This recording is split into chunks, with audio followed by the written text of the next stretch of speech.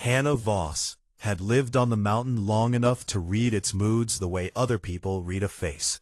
And by the third week of September, she didn't like what she saw. She'd noticed it first in the elk, who'd come down off the high meadows nearly a month earlier than usual, moving in tight, nervous herds instead of their normal scattered grazing patterns. Then in the picas, working themselves ragged, stockpiling grass in their rock piles, at a pace she'd never witnessed in 11 years of watching them. Then in the bark of the aspens along the ridge, thickened early, and in the particular metallic taste the wind carried down from the peaks on clear mornings, a taste she associated from long experience with cold fronts that meant business rather than the ordinary early frost the valley expected each fall. She had spent those 11 years living alone in a modest cabin she'd built with her own hands, after leaving a research position with the State Wildlife Service, disillusioned by committee meetings and budget cuts that mattered more than the animals the department claimed to protect. Up here, she answered to nothing but the mountain itself, tracking weather patterns and animal behavior in careful notebooks that filled a shelf in her cabin. Data nobody but her had ever bothered to read. The town of Ashford Creek, a scattering of perhaps 300 people nestled in the valley below her ridge, mostly regarded her the way small towns regard anyone who chooses solitude over community, with a mixture of respect for her self-sufficiency and quiet suspicion about what exactly a person was hiding from, up there on the mountain, that made town life unbearable to her. She'd tried, twice before, to warn Ashford Creek about weather it didn't want to believe was coming, and twice before she'd been proven right after the fact, which had earned her exactly nothing in terms of credibility. Only a reputation as the strange woman on the ridge who liked to play prophet when the mood struck her. So when the signs began stacking up that September, the elk, the picas, the aspens, the wind, she told herself for nearly a week that she wasn't going to bother walking into town to say anything at all. Let them find out on their own. It wasn't her responsibility to save people who'd made it clear, twice over, that they didn't want saving by her specifically. But the signs kept stacking, day after day, each one more insistent than the last, until she found herself standing at the town hall's front counter on the last Tuesday of September anyway, arguing with Mayor Reyes about supply chains and evacuation routes, while Reyes listened with the particular patient, indulgent expression adults reserve for children insisting on something implausible. "Hannah," he said, not unkindly, folding his hands on the counter between them. "The National Weather Service is calling for a normal season. A little colder than average, maybe, but nothing unusual. I can't tell 300 people to start stockpiling propane and canned goods over pika behavior. The Weather Service models this valley from a station 40 miles east, on the wrong side of the ridge," Hannah said, keeping her voice level, though she felt the old familiar frustration rising in her chest. "They're not wrong about the region. They're wrong about us specifically, because this valley catches weather differently than anywhere else they're measuring. I've watched it happen twice before." "And twice before, we came through fine," Reyes said. "A little rough, sure, but fine. We came through fine because I told the Hendersons to reinforce their roof 3 days before that ice storm in 19, and they listened, and their neighbors who didn't listen lost half their roof and nearly lost their youngest boy when it came down. You don't remember it that way because nobody talks about the times it almost went wrong. They just remember that it turned out fine, eventually, and give the credit to luck instead of warning." Reyes had no good answer for that, because it was true, and they both knew it, but true didn't translate into action from a man who had an entire town's practical concerns to weigh against one woman's readings of animal behavior. Nobody else in Ashford Creek had the patience or the training to properly evaluate. He promised, in the vague, placating way officials make promises they don't intend to act on, that he'd mention her concerns at the next town council meeting. And Hannah left the town hall knowing exactly how much that promise was worth. She spent the following weeks doing what she could on her own account, the way she had the previous 2 times, reinforcing her own cabin's roof, splitting extra cords of wood well beyond what a normal winter would require, stockpiling supplies in the cave system she discovered years earlier, half a mile from her cabin, tucked into the mountainside, and running deep enough that she'd mapped nearly a quarter-mile of it before deciding the rest wasn't worth the risk of exploring alone. She'd used the cave for years as a backup shelter and cold storage, its constant deep temperature perfect for preserving meat and vegetables through the warmer months, its outer chamber large enough that she'd once, during a bad lightning storm, sheltered there overnight with a dozen head of the Hendersons' cattle that had bolted from their pasture in the panic. She mentioned this to no one in town.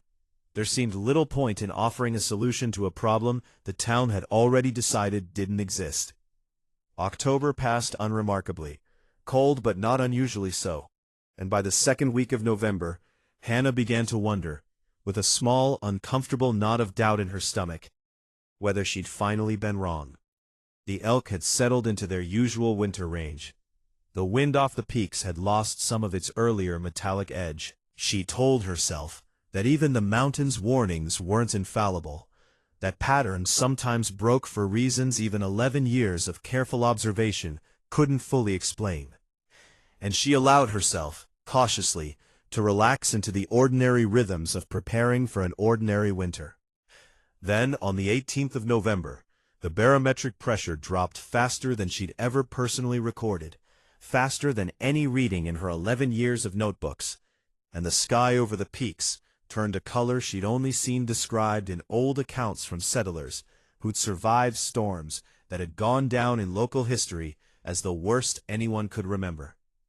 She drove into town that afternoon, faster than the icy roads strictly allowed, and found Mayor Reyes at the hardware store, helping load sandbags for a minor flooding concern near the creek that had nothing to do with what was actually coming. "It's here," she said, without preamble, cutting through whatever pleasantry Reyes had started to offer. "Whatever's been building since September, it's arriving tonight, and it's going to be worse than anything this valley's seen in a generation. You need to get people into shelter now. Not tomorrow, not this evening, now." Reyes looked at her for a long moment, and something in her face, the genuine fear she wasn't bothering to hide this time, the total absence of the careful, measured tone she usually adopted when trying to be taken seriously, seemed to land differently than her warnings ever had before. "How bad?" he said, not quite a question. "Bad enough that I don't think the town hall's generator will hold if the power lines come down under that kind of ice load. Bad enough that anyone in an older house without a properly reinforced roof needs to be somewhere else before dark." He didn't argue this time. He simply turned and started shouting orders to the small knot of hardware store employees and customers who'd gathered to listen, setting in motion, at the last possible hour, the kind of emergency response that should have begun weeks earlier, when Hannah had first stood at his counter, trying to explain what the Picas already knew. By nightfall, Ashford Creek had descended into a chaos Hannah had feared but never quite managed to picture clearly enough to prepare anyone for it properly. The storm arrived not as snow at first, but as freezing rain, coating every surface in the valley in a slick, treacherous glaze before the temperature dropped hard enough to turn it to true snow.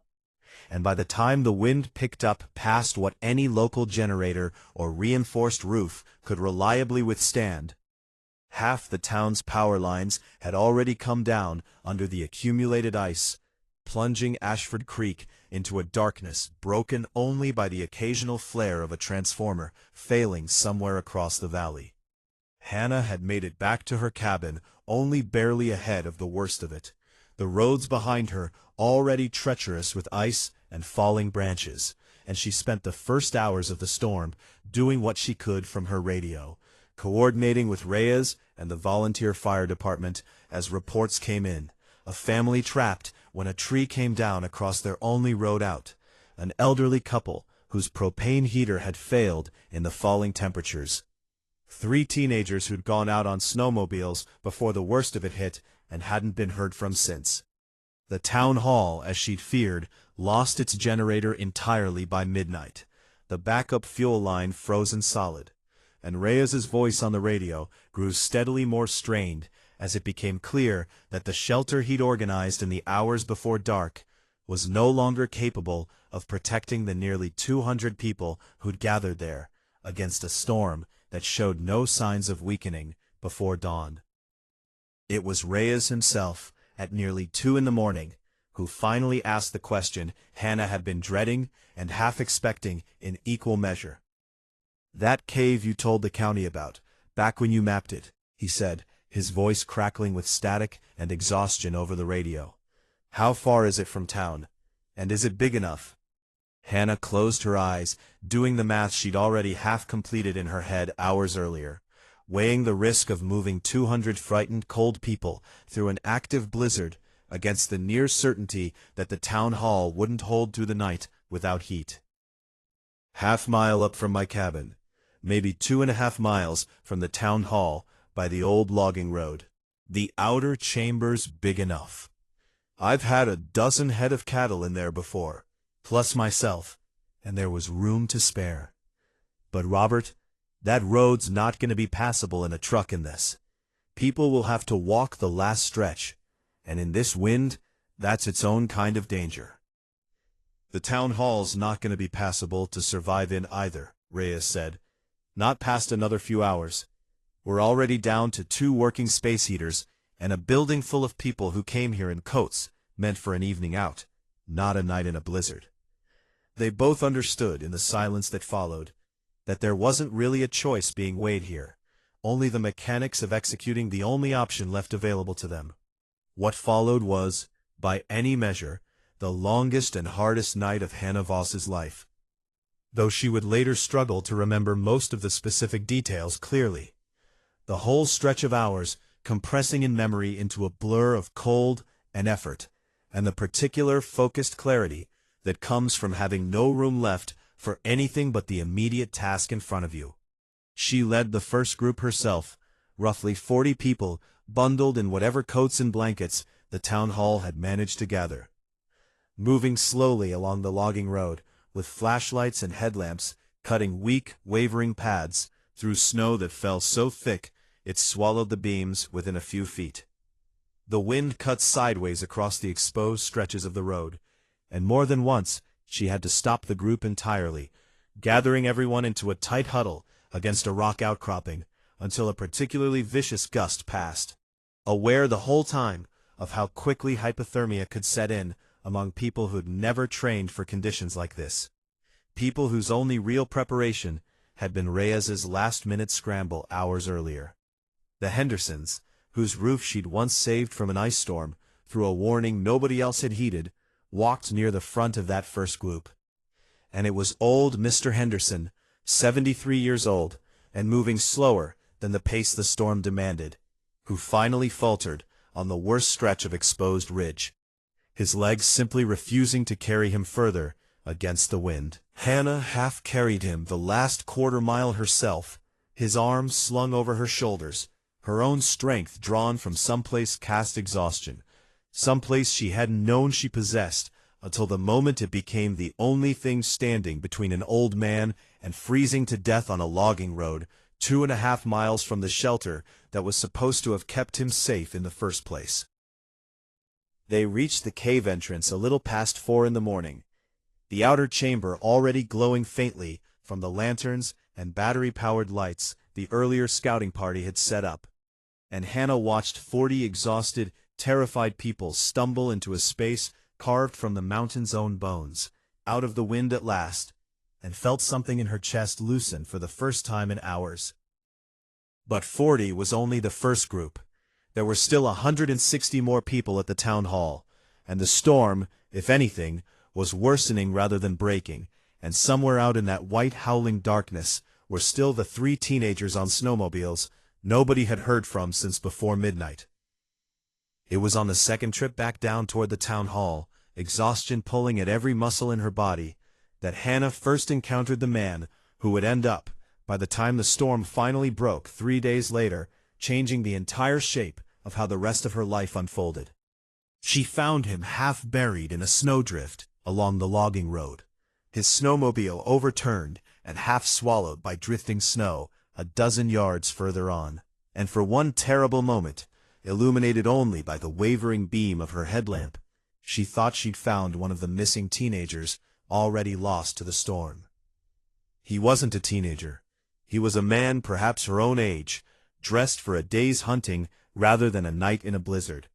And when her light found his face, his eyes opened, dazed but alive, and he tried, with visibly failing coordination, to push himself upright out of the snow that had begun burying him. "Can you walk?" Hannah said, already crouching beside him, checking with quick, practiced hands for obvious injury beneath the layers of snow-crusted clothing. "Tell me if you can walk."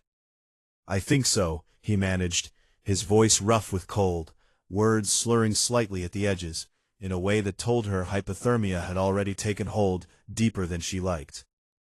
"Snowmobile hit something. Don't remember what happened after." His name, she learned as she half-dragged, half-supported him back toward the cave over the following exhausting hour, was Sam Corrigan, a hunting guide from 2 valleys over, who'd been caught in the storm while packing out from a late-season elk hunt. His own truck stranded miles back on an impassable road, the snowmobile his last failed attempt to outrun conditions that had in the end outrun him instead. He'd been out in the open for nearly 6 hours by the time Hannah found him, and by any reasonable measure, he should not have survived it. She got him into the cave's outer chamber, a little before 6 in the morning, wrapped him in every blanket the makeshift shelter could spare, and sat with him near the small fire the town's volunteers had managed to build in a carefully ventilated section of the chamber, monitoring him through the worst of the hypothermia's grip, until his shivering finally began to ease into something closer to ordinary cold, rather than the dangerous, uncontrolled shaking that had frightened her when she'd first found him. The rest of that endless night blurred together into a rhythm of trips back and forth along the logging road, group after group of Ashford Creek's residents, moving slowly through the storm toward the cave's shelter. Hannah's own strength stretched thinner with each journey, until Sam Corrigan, recovered enough by the 4th trip to stand and move under his own power, simply fell into step beside her and refused every suggestion that he rest instead of help. "You've been at this since before you found me," he said, when she tried weakly to argue him out of coming along. "Somebody needs to watch your footing on that ridge stretch, the way you watched mine."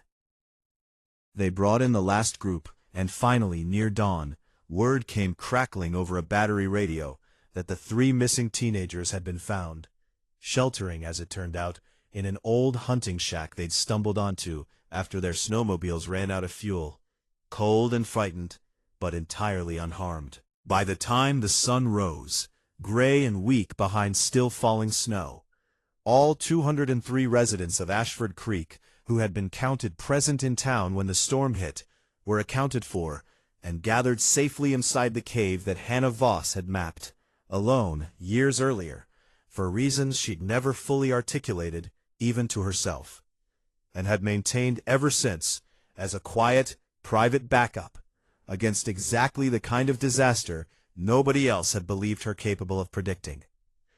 The blizzard held the valley for 3 full days before finally breaking, and through all of it, the cave held steady, its deep, constant temperature never dropping low enough to threaten anyone sheltered within it.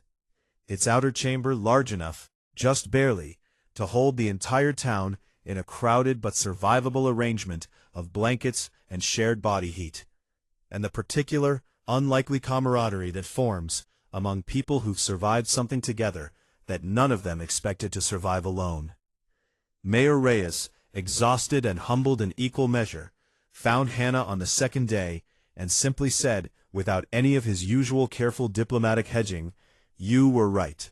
Twice before, and this time, I should have listened the first time, let alone the 3rd. You listened when it mattered," Hannah said, too tired for anything but plain honesty. "That's what saved everyone. Not being right the first time. Being willing to act on it, finally, before it was too late." By the time the storm broke, and the county's plows finally cut through to Ashford Creek on the fourth day, something in the town's relationship to Hannah Voss had shifted permanently. The old suspicion of the strange woman on the ridge, replaced by something closer to genuine respect, even gratitude, extended by people who'd have never predicted they'd owe their lives to pica behavior and a cave nobody had thought to ask about until the exact night it became the only thing standing between them and disaster. Sam Corrigan stayed in Ashford Creek longer than his original hunting trip had ever intended. First, because the roads remained impassable for his own truck for the better part of a week, and later, once the roads cleared, because he found himself reluctant to leave a valley and a woman that had shown him, in the space of one impossible night, exactly what it looked like when someone refused to stop fighting for people who hadn't yet earned the effort of believing her. He helped her rebuild the section of her cabin's roof that had partially failed under the storm's ice load, staying on through what remained of that hard winter under the thin, practical excuse of finishing the repair properly before the next season's weather tested it again, an excuse both of them understood, without ever quite saying so aloud, had long since stopped being about the roof at all. By the following September, when Hannah once again began noticing the small, early signs the mountain offered to anyone patient enough to read them, the elk moving early again, though less severely this time, the pikas working with their usual autumn urgency rather than anything approaching the previous year's frantic pace, she found herself walking into Ashford Creek's town hall, not alone this time, but beside a man who'd learned the hard way exactly how much it mattered to have someone in your corner who paid attention to what the world was quietly trying to tell you, long before anyone else was ready to listen. Mayor Reyes, seeing her approach through the window, didn't wait for her to reach the counter this time. He simply reached for his notepad and asked, before she'd even had the chance to speak, exactly what she thought the valley ought to prepare for this year. A question, she realized, standing there with Sam's steady presence beside her, that she had once believed she might spend the rest of her life on that mountain, waiting, uselessly, to finally be asked.